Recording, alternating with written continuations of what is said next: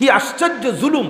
এর চাইতে বড় জুলুম আর কি, যে প্রিয় নবী সাল্লাল্লাহু আলাইহি ওয়াসাল্লাম 23টা বছর এত কষ্ট, এত রক্ত পানি করলেন, পিঠটা চালনির মতো ঝাঁঝরা হয়ে গেছে তায়েফের ময়দানে। আরে শুনেন, আশ্চর্য কথা শুনেন, হাদিসের মধ্যে আছে নবী সাল্লাল্লাহু আলাইহি ওয়াসাল্লাম তায়েফের ময়দান থেকে যখন রক্তাক্ত হয়ে ফিরছে, সারা শরীর রক্তাক্ত, তখন একটা আঙ্গুরের বাগানে নবী সাল্লাল্লাহু আলাইহি ওয়াসাল্লাম ঢুকছিলেন, সারা দেহ রক্ত রঞ্জিত। রাত গভীরে একাকী নবীজি একটা দোয়া করছিলেন আল্লাহর কাছে, লম্বা দোয়া। ফাজাইলে আমাল যে তালিম হয়, এই ফাজাইলে আমালের মধ্যে আছে, অন্য কিতাবও আমরা পড়ছি, অনেক কিতাবে হেকায়েতে সাহাবার প্রথম ঘটনা ওইখানে আছে। এই দোয়াটা আরবিতেই আছে, নবীজির একটা দোয়া। ওই দোয়ার মধ্যে আছে, রাত গভীরে একাকী চোখের পানি ফেলে আল্লাহর নবী বলছিলেন তায়েফের এই রক্ত মাখা দেহ নিয়ে, ইলা মান তাকিলনি, এই মাওলা তুমি আমারে কার কাছে পাঠাইলা, কার কাছে পাঠাইলা মাওলা? এ কেমন মানুষ, আমি তাদেরকে আপনার দিকে ডাকলাম, অথচ তারা আমার এইভাবে পাথর মারে, এইভাবে মানুষ মারে। ইলা বাঈদিন ইয়াতাজাহহামুনি, এমন কোন দূরের মানুষের কাছে পাঠাইলেন যারা আমাকে চিনলই না। আম ইলা আদুবিন মাল্লাকতাহু আমরি, নাকি আমার এমন কোন দুশমনের কাছে পাঠাইলেন যার উপরে আমার কোনো কর্তৃত্বই থাকলো না, আমি বুঝাইতেই পারলাম না। এরপরে একটা দামি কথা বলছে নবীজি, শুনেন এটা, মায়ার নবী তখন শেষে বলছে, ইনলাম তাকুন আলাইয়া গাদাবুন ফালা উবালি। আল্লাহ, এত জুলুম, এত রক্তের পরেও আমি আপনার কাছে শুধু বলতে চাই, যদি আপনি বলেন যে আপনি আমার উপরে নারাজ হন নাই, আপনি আমার উপরে খুশি আছেন, ফালা উবালি, খোদার কসম মাওলা, আমার আর কোনো পরোয়া নাই। যদি বলেন আপনি খুশি, আপনি যদি রাজি থাকেন, তা আমার শরীর যদি রক্তাক্ত হয়ে আরো কিছু হয়ে যায়, আমার কোনো অসুবিধা, আমি আপনাকে হারাতে চাই। কাকে? আমি আপনাকে হারাতে চাই, আপনার নারাজি দেখতে চাই না, আপনার রাগ দেখতে চাই। তাইলে বন্ধু আমার, ভেবে দেখেন কি পরিমাণ জুলুম, যে 23টা বছর তিনি এত কষ্ট করলেন, বিনিময়ে উম্মত প্রতি বছর রবিউল আউয়াল মাস আসলে কিছু মানুষ শুধু কেবল একটা ঢাক ঢোল বাদ্য, একটা বিশাল বড় মিছিল, জশ্ন জুলুস, কতগুলো ফুলের ছড়াছড়ি, বিরিয়ানি, খিচুড়ি, জিলাফি, এই কিছুক্ষণ হই হুল্লুর করে নবী সাল্লাল্লাহু আলাইহি ওয়াসাল্লামের ইজ্জত সম্মান সব আদায় হয়ে গেল।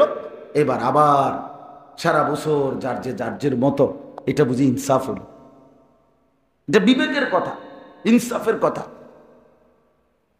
নবীজি সাল্লাল্লাহু আলাইহি ওয়াসাল্লাম একেবারে যেই কোনো কওমি মাদ্রাসার হোক আর সরকারি মাদ্রাসার হোক, যেই কোনো আলেমকে যদি জিজ্ঞাসা করেন, যদি এলেমের সামান্যতম হক তার কাছে আসে থাকে, তাহলে সেও স্বীকার করবে যে আল্লাহ নবী সাল্লাল্লাহু আলাইহি ওয়াসাল্লাম সারা বছর, কথাটা খেয়াল করেন, সারা বছর প্রত্যেক সোমবারে নবীজি রোজা রাখেন।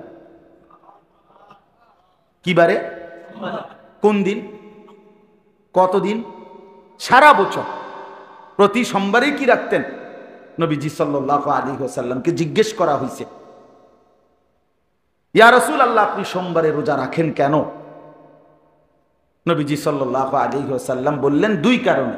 ফিহি বুলিত্তু, এই যে সরাসরি হাদিস, এই দিনে আমি জন্মগ্রহণ করেছি। ওয়া ফিহি উনজিলা আলাইয়া, আর এই সোমবারে আমার উপরে কোরআন নাজিল হয়েছে। তাহলে নবীজি নিজের জন্ম, এই খুশিটা তিনি পালন করার সূরত আমাদেরকে দেখাই দিলেন সোমবারে রোজা রাখার মাধ্যমে, এবং সেটা সারা বছর।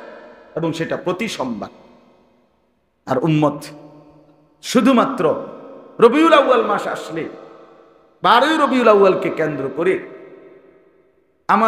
আমার সরাসরি বলছে হুজুর 18 ডেক। আমি বললাম কষ্ট করে আর 2টা ডেক পুরাই লেতেন। বিরিয়ানি করছে 18 ডেক, 18 ডেকচি আর কি, বড় বড় ওই যে ডেকোরেটরের এগুলা। হ্যাঁ, আমার নবীজি জন্মগ্রহণ করছে, এটা বরণ করতে হবে না? সবাই যদি বিরিয়ানি না খায় তো খুশি উদযাপন হবে কিভাবে? তিনি রোজা রাখলেন। রোজা রাখা মানে তো বিরিয়ানি খাওয়া, রোজা রাখা মানে তো উপাস থাকা। রোজা রাখা মানে কি থাকে না? সুবহে সাদিক থেকে সন্ধ্যা পর্যন্ত উপবাস থাকে, এবং সেটা সারা বছর রাখছেন। আপনি আগামীকালকের জন্য পণ না যে একেবারে বরাবর খাপে খাপ তো মিলছে, কালকে সোমবার। কথা বুঝছেন না? যে যদি আল্লাহর সাক্ষী রেখা বলো যে যতজন এই উৎসব করবা ততজন রোজা রাখো, কালকে রাখো। এনে তো একটা রবিউল আউয়ালও মিল লাগেছে, 12ই রবিউল আউয়ালও মিল লাগেছে, এনে রাখো। আপনি খোঁজ নেন না, আপনি দাঁড়াইয়া বলিয়েন যে ভাই রোজা রাখছেন কয়জন? হাজারে হয়তো একজন পাইতে পারেন, থাকতে পারে, আমি অস্বীকার করি না। এই জন্য দয়া করে এটা আসলে ধাক্কাধাক্কি করার জন্য না, ধাক্কাধাক্কি করার। আমরা বিশ্বাস করি, আমার কথা এটাই, আমরা বিশ্বাস করি এটা প্রিয় নবী সাল্লাল্লাহু আলাইহি ওয়াসাল্লামের ভালোবাসা শুধুই কেবল তার সুন্নাতের অনুসরণের মাধ্যমেই আদায় করা সম্ভব। সোজা হিসাব। আপনি মিসওয়াক করবেন, সুন্নাত আদায় হবে, আল্লাহর ভালোবাসা মিলবে, গুনাহ মাফ হইতে থাকবে। এই যে আল্লাহ বলল ইউহিব্বুকুমুল্লাহ ওয়া ইয়াগফির লাকুম যুনুবাকুম, আমার বন্ধুকে অনুসরণ করো, আমি ভালোবাসবো, গুনাহ মাফ করব। তাহলে কি বোঝা গেল? প্রতিটা সুন্নাতের মধ্যেই আল্লাহর ভালোবাসা আর আমার গুনাহ মাফ। আর আল্লাহ যাকে ভালোবাসেন তাকে আল্লাহ আখিরাতে জান্নাত দিবেন না? কথা বলেন না কেন? আল্লাহ যাকে ভালোবাসেন, আল্লাহ যার গুনাহ মাফ করে দিবেন, তো তার ঠিকানা জান্নাত নয়? তাইলে ইনসাফ করেন, আপনারাই ইনসাফ করেন। এই জন্য নবী সাল্লাল্লাহু আলাইহি ওয়াসাল্লামের অনুসরণ চাই। সাহাবায়ে কেরাম এটাই বুঝছেন, সাহাবায়ে কেরাম এটাই বুঝছেন। হযরত আব্দুল্লাহ ইবনে ওমর রাদিয়াল্লাহু তাআলা আনহুমা, ওমর রাদিয়াল্লাহু তাআলা আনহুর ছেলে, তিনি মৃত্যু পর্যন্ত নবীজির ইন্তেকালের পরেও মদিনা থেকে যতবার হজ করতে মক্কায় আসছেন, ততবার ওই নবীজির সাথে প্রথম যে বছর হজ করছেন 10 হিজরিতে, ওই বছর নবীজিকে যেমনে যেমনে যেখানে যেখানে থাইমা থাইমা দেখছে নবীজি হজে আসছে, মৃত্যু পর্যন্ত প্রতি বছর হযরত আব্দুল্লাহ ইবনে ওমর ওই জায়গাগুলোতে থাইমা থাইমা মদিনা থেকে মক্কায় হজ করতে আসতেন। সাহাবীদের ইত্তেবা ছিল এমন, ওনারা এটা বুঝছেন যে নবীজি সাল্লাল্লাহু আলাইহি সাল্লামের ভালোবাসা মানে সুন্নাতের অনুসরণ। যে ভালোবাসে সে অনুসরণ করে, আর যে অনুসরণ করে সে ভালোবাসে। এটা এমনি প্রমাণ। এটা আলাদা করার ভাই বিশ্বাস করেন কোনো সুযোগ নেই, কোনো সুযোগ নেই। নবীজির ভালোবাসা এটাও বাধ্যতামূলক, লাজেম, না যে সে পূর্ণ মুমিন হইতে পারবে না। নবীজি নিজেই বলছেন লা ইউমিনু আহাদুকুম হাত্তা আকুনা আহাব্বা ইলাইহি মিন ওয়ালিদিহি ওয়া ওয়ালাদিহি ওয়ান নাসি আজমাইন। পূর্ণ মুমিন হইতে পারবে না নিজের বাবা মা সন্তান আদি দুনিয়ার সমস্ত মানুষের চাইতে আমি রাসূল যদি সবচেয়ে ভালোবাসার না হই। কিন্তু সেই ভালোবাসা রাসূলুল্লাহ সাল্লাল্লাহু আলাইহি ওয়াসাল্লামের সুন্নাতের অনুসরণের মাধ্যমে। আপনারা যদি সহজেই বোঝেন, মনে করেন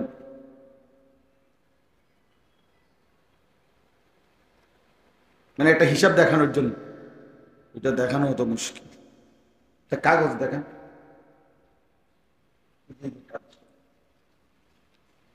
ছবিওলা টাকা, এই যে দেখেন, মানে একটা সহজ হিসাব। যে এই যে কাগজটা, এই কাগজটার মধ্যে লেখা আছে না, এই পৃষ্ঠাটায় এটা এইটা ফেলাই দেন, এটা যেহেতু কোনো লেখা নাই এই পাঠটা ফেলে দেন। তো কেমনি যাবে? এটা সম্ভব? তাইলে এটাকে মানতে হইলে এটা থাকতেই হবে, এটাকে মানতে হইলে এটা ঠিক। খোদার কসম, এ পিঠে যদি সুন্নাত, ওই পিঠে ভালোবাসা। এ পিঠে যদি ভালোবাসা, ওই পিঠে কি? আলাদা করার কোনো সিস্টেম নেই, আলাদা করার কোনো সিস্টেম নেই। ভালোবাসলে অনুসরণ করতে হয়, অনুসরণ করলেই ভালোবাসা প্রমাণিত হয়। না এই ঠিক করলে হইতো না, এই কথাইটা কইতে হইতো। এইটাই আজকের সবক। বলেন এই কথাইটা বলেন, আমি বলি আগে। ভালোবাসলে অনুসরণ করতে হয়, অনুসরণ করলে ভালোবাসা প্রমাণিত হয়। ভালোবাসলে অনুসরণ করতে হয়, অনুসরণ করলে ভালোবাসা প্রমাণিত হয়। বুঝছিনি কথাটা? কোন লাউ কানা হুব্বুকা সাদিকান লা আতাআতাহু ইন্নাল মুহিব্বা লিমান ইউহিব্বু ইউতাউ। আরবি ভাষার এই বিখ্যাত কবিতা, যে যদি তোমার ভালোবাসা সত্যই হয় তাহলে তো তুমি আনুগত্যই করতা, অনুসরণই করতা। তুমি কি জানো না যে কাউকে ভালোবাসে সে তাকে অনুসরণ করে? এটাই তো নিয়ম, এটাই তো নিয়ম, এটাই তো স্বাভাবিক কথা। সাহাবায়ে কেরাম নবী সাল্লাল্লাহু আলাইহি ওয়াসাল্লামকে কি পরিমাণ অনুসরণ করতেন। পারস্যের বাদশার দরবারে হযরত হুযায়ফা রাদিয়াল্লাহু তাআলা আনহুকে রাজ দরবারে নাস্তা দিছে, ইসলামের দাওয়াত দিতে গেছে। বাদশাহ উজির নাজির বসা, ওনার সাথে আরো কয়েকজন লোক নাস্তা খাইতে বসছে। উনি রুটির একটা টুকরা পড়ে গেছে, সেই টুকরাটা উঠাইয়া উনি নবীর সাহাবী খাইছে। লগের তারা বলছে যে মিয়া এটা না উঠাইলেও চলতো, এটা অনেক নিচু মানসিকতা, যে সামান্য একটু পড়ে গেছে সাইডে, এটাও বুঝি উড়ান লাগে। খানার কি অভাব পড়ছে এখানে? বাদশাহ উজির নাজির মন্ত্রী মিনিস্টার এখানে তাকাইয়া আছে তাদের সামনে, তুমি তো এটা না করলেও পারতা। কিতাবে আছে স্পষ্ট। হযরত হুযায়ফা রাদিয়াল্লাহু তাআলা আনহু বলেন, আতরুকু সুন্নাতা হাবিবি লিহাউলাইল হুমাকা। এই বেটা, আমি এই আহাম্মকগুলোর জন্য আমার হাবিব, আমার সবচেয়ে আপন রাসূলের সুন্নাত ছেড়ে দিতে পারি? বেটা, কেন ছেড়ে দেব আমি আমার নবীর সুন্নাত? কেন ছাড়ব? ছাড়েন না। হযরত ওসমান রাদিয়াল্লাহু তাআলা আনহু হুদাইবিয়ার সন্ধির সময় মক্কার কাফেরদের সাথে রওনা দিছিলেন কথা বলার জন্য। মক্কার একজন কুরাইশ নেতা আবান ইবনে সাঈদ বলছিল, উসমান, তোমার পায়ে যে লুঙ্গি পরা, এই লুঙ্গি টাকনুর নিচে নামাও, তাইলে তুমি যে বড় নেতা এটা বোঝা যাবে। হযরত ওসমান রাদিয়াল্লাহু তাআলা আনহু বলছে, ওয়াল্লাহি হাকাদা ইজারু নবিয়িনা মুহাম্মদ সাল্লাল্লাহু আলাইহি ওয়াসাল্লাম। উনি বলেন, আল্লাহর কসম, আমার রসুল, আমার বন্ধু, আমার সাথী, আমার রসুলের লুঙ্গি এমনটাই, আমি এর থেকে এক সুতা নিচে নামাবো। হযরত ওমর রাদিয়াল্লাহু তাআলা আনহু, একটা ছোট্ট উদাহরণ শুনে যুবক ভাই আপনারাও শুনুন। ওমর রাদিয়াল্লাহু তাআলা আনহু 10.5 বছর খলিফা ছিলেন, মুসলমানদের বাদশা ছিলেন কিনা? 10.5 বছর পরে একদিন ফজরের নামাজে ইমামতি অবস্থায় হযরত ওমর রাদিয়াল্লাহু তাআলা আনহুকে একজন কাফের অগ্নিপূজক ছদ্মবেশে প্রথম কাতারে চাদরের মধ্যে ঢাইকা আইসা ফজরের নামাজের ইমামতি অবস্থায় ওনার কোমরের মধ্যে ছুরি মারছেন, 7-8টা ঘাই দিছেন। হযরত ওমর রাদিয়াল্লাহু তাআলা আনহু পাশে পড়ে গেছেন। হযরত আব্দুর রহমান ইবনে আউফ উনি ইমামতি করছেন, বাকিটা ইমামতি করে নামাজ শেষ হওয়ার পরে ওমর রাদিয়াল্লাহু তাআলা আনহুকে যখন ঘরে নিয়েছেন, চৌকিতে শোয়াইছেন, ওমর রাদিয়াল্লাহু তাআলা আনহুর অবস্থা তখন আমরা নিজে আরবি কিতাবে পড়ছি। ওমর রাদিয়াল্লাহু তাআলা আনহুর হালাত তখন এমন দুর্বল অবস্থা যে এই মুখ দিয়ে যাই ওষুধ দিচ্ছে, খাবার ওষুধ সব বের হয়ে যাইতেছে দিক দিয়া। হযরত ওমর রাদিয়াল্লাহু তাআলা আনহু বুঝছেন আর টিকবে না, সব সাহাবী কাঁদতেছেন। এই সময় অনেক লোক আইসা আইসা ওমরের সাথে দেখা করতেছে, সান্ত্বনা দিতেছে, দেখতে আসছে। এই সময় হযরত ওমর শেষ মুহূর্তে, মৃত্যুর পূর্ব মুহূর্তে রক্তে ভাইসা গেছে শরীর, এই টাইমে এই ভিতরে যারা ঢুকতেছে এর মধ্যে একটা যুবককে দেখছে, তার লুঙ্গি অথবা পরনের পায়জামা টাকনুর নিচে। কসম আল্লাহ, কিতাবে আমরা পড়ছি, উনি সাথে সাথে এই অবস্থায় ডাক দিয়া বলছি, ইয়া হাজা ইরফা ইজারা, এই ছেলে লুঙ্গি উপরে উঠাও। যখন তিনি দুনিয়া থেকে বিদায় নিচ্ছেন, তখনও ফিকির আমার রসুলের সুন্নতের খেলাফ যেন না হয়, না নিজেরা সুন্নতের খেলাফ করছেন, না কাউটা সহ্য করছে। মৃত্যু পথযাত্রী অবস্থাতেও নবী সাল্লাল্লাহু আলাইহি সাল্লামের সুন্নতের পাবন্দ ছিলেন, খেয়াল রাখছে। এই জন্য বাপ আমার, ধাক্কাধাক্কির দরকার নাই। আমরা বলি না ধাক্কাধাক্কি, কিন্তু বাস্তবতা হলো রাসূলুল্লাহ সাল্লাল্লাহু আলাইহি ওয়াসাল্লামের সুন্নাত, এটাই আমাদের জন্য অনুসরণীয়। আমাদের দায়িত্ব, আমাদের উচিত মেহেরবানি করে প্রত্যেকে নিজের চুল দাড়ি, লেবাস পোশাক, ঘর পরিবার সংসার, টয়লেট বাথরুম, অজু গোসল, খাবার আহার নিদ্রা, বাজার ব্যবসা চলাফেরাতে রাসূলুল্লাহর হুকুমটা কি, তরিকাটা কি, সুন্নাতটা কি, বিশ্বাস করেন একটু একটু করে যদি যত্নবান হন, একটু একটু করে যদি শিখতে চেষ্টা করেন, বরকত হবে, ভালো হবে। এটা নয়তো অব্যাহত 20 বছর বিরোধিতা।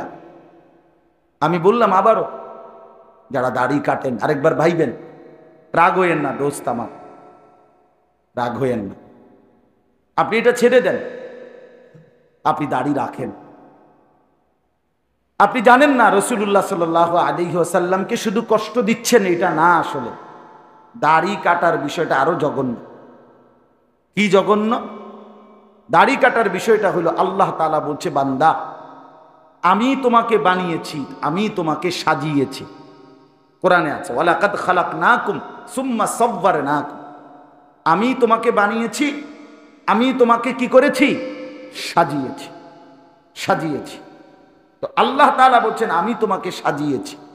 এখন আল্লাহর দেওয়া নাক, চোখ, কান, কোন অঙ্গ স্থানান্তর করার ব্যাপারে, সরিয়ে দেওয়ার ব্যাপারে, বা যেখানে যেটা আছে এই ব্যাপারে কারো কোনো, এখানে আমরা যারা আছি কারো কোনো আপত্তি আছে যে নাকটা একটু সরাই দিলে ভালো হইতো?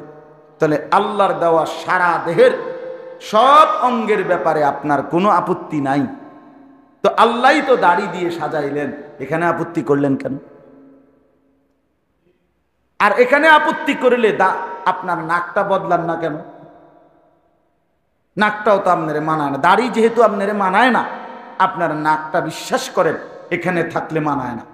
আপনার নাকটা যদি আপনি পিছনে দিতেন অনেক সুন্দর দেখা, সেরকম হ্যান্ডসাম দেখা যেত, অসাধারণ মনে হইত। এবং এটা একদিনে না, 1 ঘন্টাতে ভাইরাল, সারা পৃথিবী একদিনে লারা খাইয়ে যাবে। আপনি শুধু নাকটা পিছনে বদলায়, কি অসাধারণ রুচি। কই কেউ করবে? কথা বলেন না। তাহলে এখানে এসে আপত্তি কেন? কেন আপত্তি হবে? দয়া করে ভাবতে শেখেন। এই জন্য আমি বলি, আমার একটা শক্ত কথা আছে, আমি যেন বলি যে যে দাড়ি কাটে, আমার মনে হয় আর কি, সে আল্লাহকে চ্যালেঞ্জ করে। বিশ্বাস করি এটা আমার বোন। কি চ্যালেঞ্জ করে? আমার দৃষ্টিতে সে আল্লাহকে বলে যে এই খোদা, তুমি দিবা আমি কাটবো, তুমি দিবা আমি কাটবো, আর আমি বেড়া হইলে তুমি খোদারে দেখাই দিমু তুমি দিতে পারো কতক্ষণ, আমি কাটতে পারি কতক্ষণ। আল্লাহ তখন বলে আচ্ছা আচ্ছা চান্দু, ঠিক আছে, বাতে তো দুগা খাও, খাও, আইসো। এই বেশি দিন তো না, কবরে তো আসবা, তখন ইনশাআল্লাহ আল্লাহ যেন বলে আচ্ছা বান্দা, তখন আমি কথা বলবো হাসরের ময়দানে, বিষয়টা নিয়ে তোমার সাথে আলাদা কথা হবে, তুমি আইসো, তখন টের পাইবে। এটা প্রকাশ্য বিদ্রোহ, প্রকাশ্য বিদ্রোহ, অনেক জঘন্য বিদ্রোহ। এই জন্য ইনশাআল্লাহ ফিরে আসেন, দাড়ি রাখেন, কোনো সমস্যা নেই। দাড়ি কাটলে ভালো বউ মিলে, ভালো চাকরি মিলে, এগুলা কোনো কথা না। রিজিক বরাদ্দ, স্ত্রীও বরাদ্দ, রিজিকও বরাদ্দ। কোরআন শরীফে আছে, আল্লাহ বলছেন আমি যাকে পুরুষ বানিয়েছি তার জন্য তার দেহের অংশ থেকে তার স্ত্রীকেও বানাইছি। তো কাজে যেটা বরাদ্দ নির্ধারিত, আপনি হুদ্দা কীর্তেন আফার তাফার করেন কেন? রিজিকও বরাদ্দ। তাহলে ইনশাআল্লাহ আমরা যে যাই বলুক, আমরা সুন্নাতের অনুসরণের মাধ্যমেই নবী সাল্লাল্লাহু আলাইহি ওয়াসাল্লামের ভালোবাসা প্রমাণ করব। ঠিক আছে না ইনশাআল্লাহ? আমি তো বলি এটা যে যারা আমগরে ওয়াহাবি বলে, তা আমাগরে এই কারণেই বলে যে আমরা সবগুলো সুন্নাত তালাশ করে করে পালন করি, এই জন্য আমগরে বলে আমরা ওয়াহাবি। তো ঠিক আছে ভাই, তোমার বন্টনে আমরা খুশি, আমি খুশি ব্যক্তিগতভাবে। তুমি যে সুন্নাতগুলো আমগরে দিছ, বিদআতগুলো নিজের জন্য নিছ, আমি খুব খুশি হয়েছি। তোমাদের এই বন্টনে আমরা খুশি হইলাম, খুব খুশি হইলাম। হ্যাঁ, তোমরা ঢোল তবলা নেও, আমরা মিসওয়াক, দাড়ি, টুপি, আমরা দস্তরখান, আমরা এক এক সুন্নাত আমরা গ্রহণ করব। এবার কে কি বলবে সেটার কোনো পরোয়াই নেই। আর ওয়াহাবি এটা তো গালি হইতেই পারে, বরং যে বলতেছে তার যে কি ফিডা খাইব হইতে কোন কুল না, না সাংঘাতিক, টাঙ্গাইয়া পিটবো একদম, টাঙ্গাইয়া ফিট খবরে ফেরেস্তা টাঙ্গাইয়া ফিট। কারণ আপনি জানেন না, একেবারে আদনা মুসলমান, একেবারে স্কুলে পড়ুন না, একটা ফলাফানের জিজ্ঞাসা করেন যেই শব্দ আল্লাহর নাম, ওই শব্দ দিয়ে বিদ্রুপ করতে নাই, কথা বোঝেন না? যেমন আমরা এই ছাত্রীরা নাউজুবিল্লাহ এটা বলার অনুমতি আছে? এই মালিকা, কারণ এগুলো কার নাম? এই খালিকা, এ কথা বলা নাউজুবিল্লাহ অনুমতি আছে কেন? কথা বলেন না কেন? তাহলে ওই সৌদি আরবের যেই ব্যক্তির দিকে সম্বন্ধ করে ওয়াহাবি বলে, ওনার নাম হলো আব্দুল ওয়াহাব, মোহাম্মদ ইবনে আব্দুল ওয়াহাব। তাও ওনার নাম না, ওনার বাপের নাম, যার লগে ঝামেলা তার নাম হলো মোহাম্মদ, বুঝছেন আপনি কথা? আর তার বাবার নাম হলো আব্দুল ওয়াহাব। তো বাপের নাম হইল আব্দুল ওয়াহাব, তো এই ওয়াহাব তো সরাসরি আল্লাহর নাম। কোরআন শরীফে দোয়া আছে, আমরা দোয়া করি, রব্বানা লা তুজিগ কুলুবানা বা'দা ইদ হাদাইতানা ওয়া হাব লানা মিন লাদুনকা রাহমা ইন্নাকা আনতাল ওয়াহ্হাব। এই যে এটা সরাসরি কার নাম? আল্লাহর নাম। তো তুমি যে ওয়াহাবি কইলা, কারে বিদ্রুপ করলে? তো আল্লাহর নাম বিদ্রুপ করার তো অনুমতি নাই, কারো জন্যই নাই। তোমার বিরোধিতা আমার লগে থাকতে পারে, তুমি বলো আমারে কিছু, আমার নাম ধরে কও, আমারই বলো ডাইরেক্ট, তে আনিচ্ছা তারে এটা কও, তত ভালো। কথা বুঝছেন? এটা বলো, তাইলেও তো মনটারে বুঝান। আল্লাহ আমাদেরকে বুঝ দান করেন। এই জন্য আমরা ইনশাআল্লাহ যুবক ভাই, মুরব্বী, নওজোয়ান, পর্দার আড়ালের মা বোন, সবার জন্য অনুরোধ করলাম, রাসূলুল্লাহ সাল্লাল্লাহু আলাইহি ওয়াসাল্লামের এই পবিত্র রবিউল আউয়াল মাসে আমাদের কর্মসূচি ওইটাই সারা বছর আমাদের যা কর্মসূচি, ঠিক কিনা বলেন?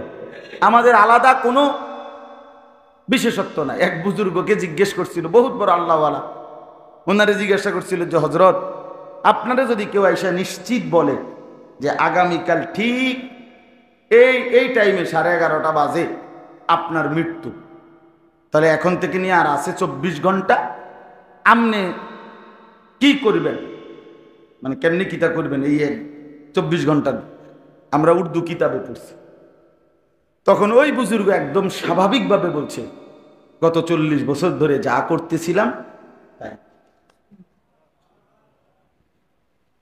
তাই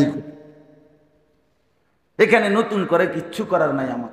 আমি তো আমার পুরা জিন্দগি রাসূলুল্লাহ সাল্লাল্লাহু আলাইহি ওয়াসাল্লামের তরিকার উপর, আল্লাহর হুকুমের উপরে চালা, এটাই তো আমার দায়িত্ব। তো এটা শেষ দিনও এটাই দায়িত্ব, আগের 30 বছরও কি এটাই দায়িত্ব, এখানে আলাদা কি? আলাদা কিচ্ছু না। এই জন্য মোমেনের প্রতিদিন রাসূলুল্লাহ সাল্লাল্লাহু আলাইহি সাল্লামের স্মরণ, ঠিক কিনা? মোমেন মনের নবীজিকে মনে করবে কতদিন? বছরে একদিন না, প্রতিদিন। প্রতিদিন প্রতিবার মিসওয়াক, নবীজিকে স্মরণ। প্রতিবার বাম পাও দিয়া বাথরুমে ঢুকা, নবীজিকে স্মরণ। প্রতিবার ডান পাও দিয়া বাথরুম থেকে বের হওয়া, নবীজিকে স্মরণ। স্মরণ। প্রতিবার বিসমিল্লাহ বলা, নবীজিকে স্মরণ। খাবারের শুরুতে, খাবারের শেষে, ঘুমের শুরুতে, ঘুমের শেষে, জীবনের সব জায়গায় প্রতি কদম কদম নবীজির অনুসরণ। এটাই তো নবীজির ভালোবাসা, এটাই নবীজির সুপারিশের মাধ্যম, এটাই আখিরাতের মুক্তির মাধ্যম। ইনশাআল্লাহ আমরা চেষ্টা করব তো ইনশাআল্লাহ। আল্লাহ তাআলা আমাদের সবাইকে তৌফিক দান করেন, কবুল করেন, আজকের এই মজমাতে বরকত দান করেন। যুবক ভাইদের প্রতি বিশেষ অনুরোধ রইল, ছেলেরা, ভাইয়ারা আমার, আল্লাহর ওয়াস্তে ভাই মেহেরবানি করে এই চুল স্বাভাবিক রাখো ভাই।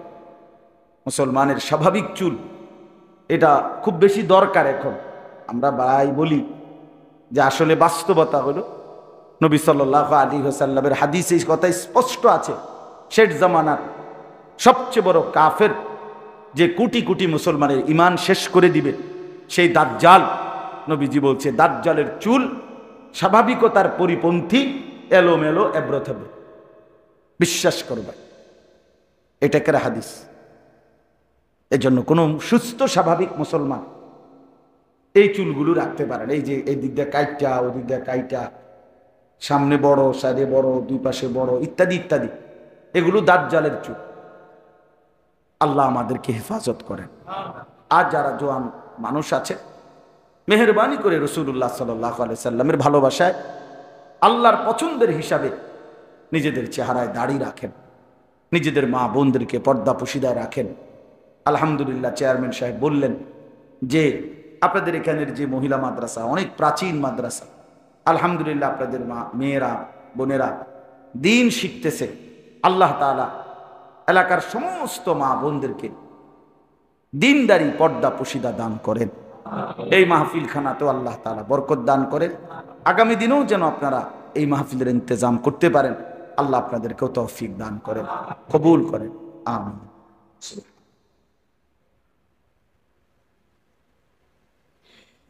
আলহামদুলিল্লাহ।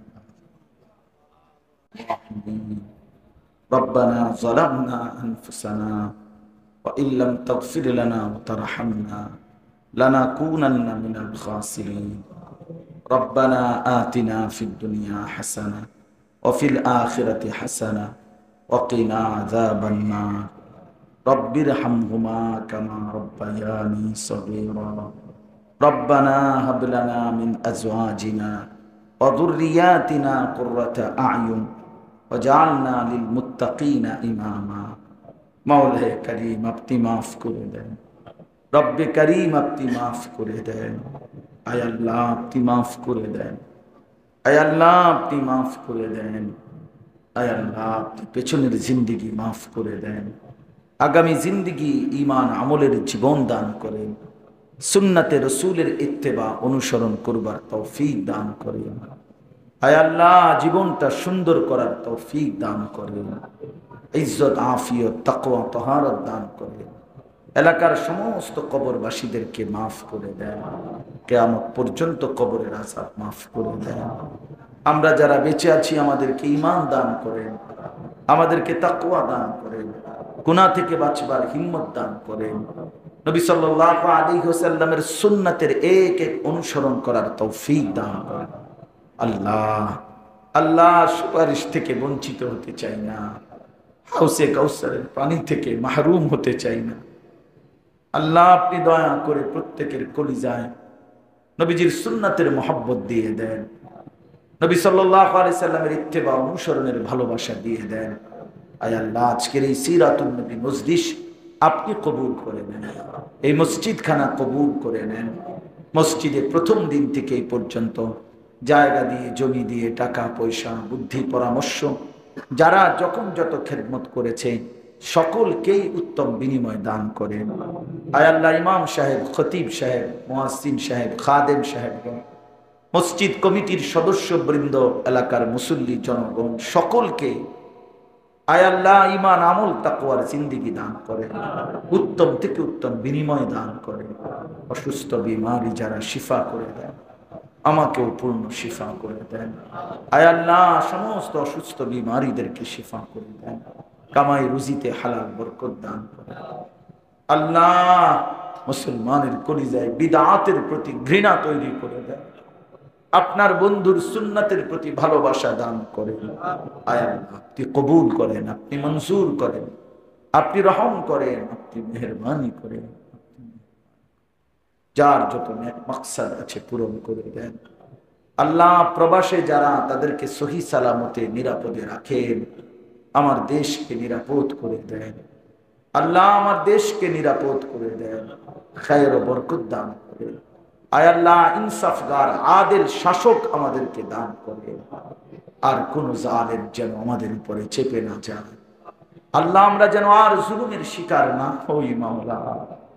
আল্লাহ ঈমান ইসলামে ভরপুর একটা দেশ আমরা চাই মাওলা।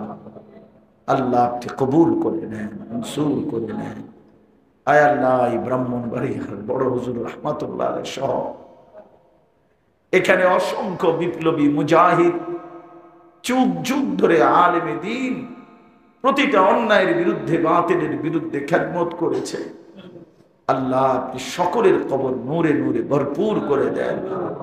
এখনো যে মহান বুজুর্গরা, আমার উস্তাদে মুহতারাম আল্লামা শাইখ সাজিদুর রহমান সহ আল্লাহ সমস্ত বুজুর্গ উলামায়ে কেরামকে রহম করেন। রব্বির হামহুমা কামা রব্বায়ানি সগীরা। সুবহান রাব্বিকা রাব্বিল ইজ্জাতি আম্মা ইয়াসিফুন ওয়া সালামুন আলাল মুরসালিন আলহামদুলিল্লাহ। আসসালামু আলাইকুম।